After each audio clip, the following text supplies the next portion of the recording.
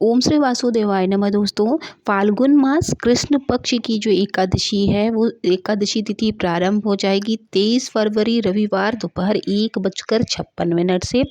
एकादशी तिथि का समापन होगा 24 फरवरी सोमवार दोपहर 1:44 तक।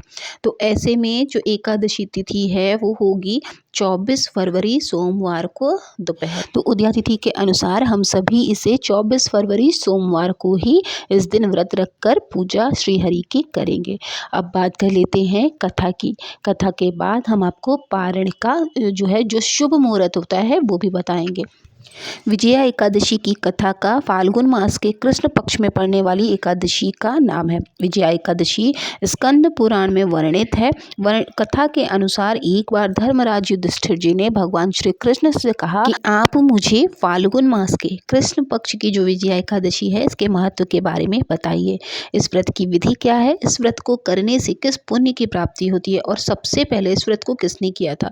तब भगवान श्री कृष्ण ने धर्मराज से कहा कि इस एकादशी का जो नाम है वो विजया एकादशी है। इस व्रत का पालन करने से निसंदेह विजय की प्राप्ति होती है और इस व्रत का पालन करने से सारे पाप भी नष्ट हो जाते हैं। उन्होंने बताया कि त्रेता युग में जब भगवान श्री राम जो है वो वनवास के लिए गए थे, 14 वर्ष का जब उन्हें वनवास हो गया था, तब वे लक्ष्मण तथा सीता जी सहित पंचवटी में निवास करने लगे। वहाँ पर दुष्ट रावण ने जब सीता जी का हरण किया तब इस समाचार से श्री रामचंद्र जी तथा लक्ष्मण अत्यंत व्याकुल हुए और सीता जी की खोज में चल दिए।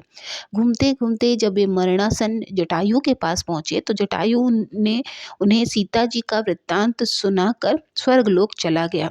फिर उसके बाद कुछ और आगे बढ़े श्री रामचंद्र जी, तो कुछ आगे जाकर उनकी सुग्रीव से मित्रता हुई और बाली का वध किया उन्होंने। हनुमान जी ने लंका में जाकर सीता जी का पता लगाया और उनसे श्री रामचंद्र जी और सुग्रीव की मित्रता का वर्णन किया।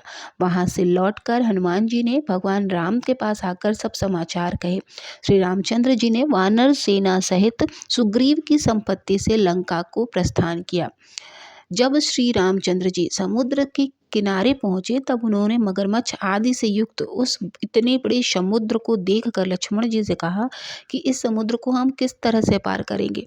तब लक्ष्मण जी ने कहा, हे पुराण पुरुषोत्तम, आप आदि पुरुष हैं, आप तो सब कुछ जानते हैं। यहाँ से आधा योजन दूर पर कुमारी द्वीप में वकदालभ्य नाम के मुनि रहते हैं। उन्होंने अनेक ब्रह्मा देखे हैं, आप उनसे जाकर इसका उपाय पूछिए।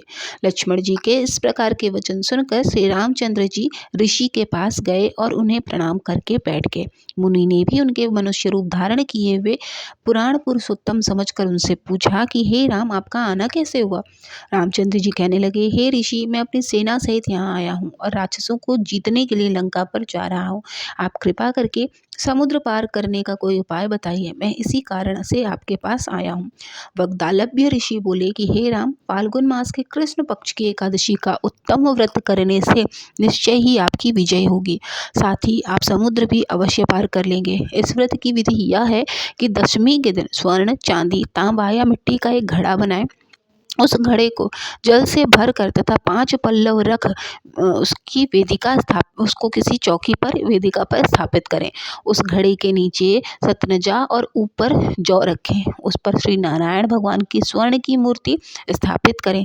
एकादशी के दिन स्नान आदि से निवृत्त होकर धूप, दीप, नैवेद्य, नारियल आदि से भगवान की पूजा करें।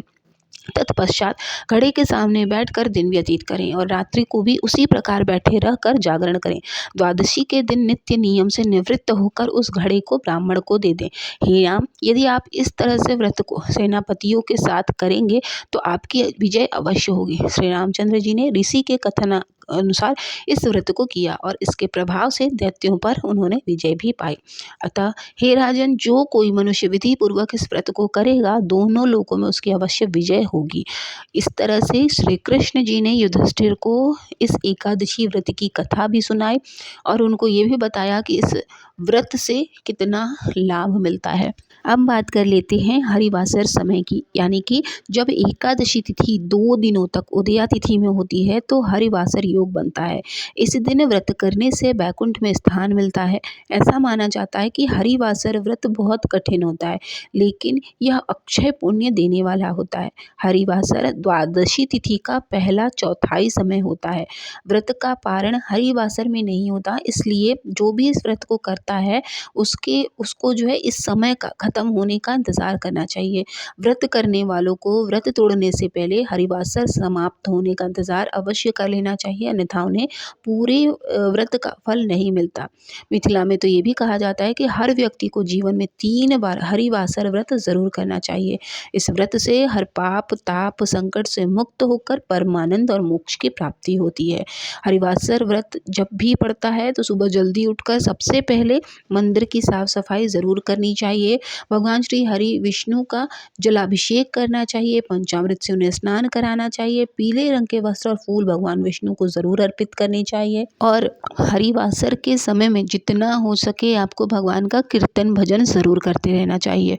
विजया एकादशी व्रत का जो पारण है, यानी कि व्रत खोलने का जो शुभ समय है, वो 25 फरवरी 2025 मंगलवार को सुबह 6:56 से लेकर 9:08 तक का ही है। ऐसे समय में आपको पूजा करने के बाद आप सबसे पहले दान करना है ब्राह्मण को, उसके बाद आपको व्रत खोल लेना है, ठीक है।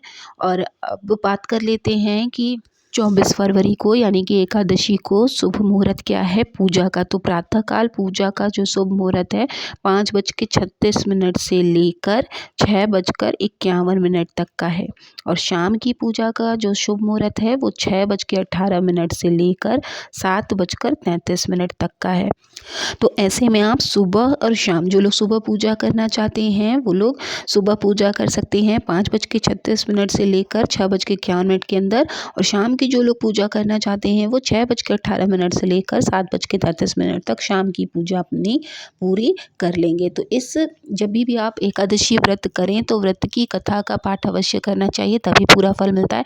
किसी भी व्रत को आप करते हैं अगर, तो सबसे पहले संकल्प लेना ज़रूरी होता है। संकल्प के बाद जैसी विधि आपको आती है उस विधि से आप पूजा करेंगे, स्वच्छता का और भाव का दोनों का ध्यान रखेंगे।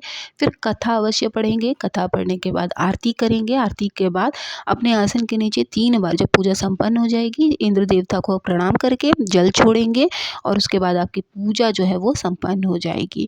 उसके बाद पूरे दिन आपको अल्पाहार, देखिए एकादशी के दिन जितना कम आप भोजन करेंगे उतना अच्छा है। प्रयास यही करें कि फल फूल पर ही रहें, दूध ले लें, कुछ बनाकर भोजन ना लें, नमक ना लें तो और भी अच्छा है।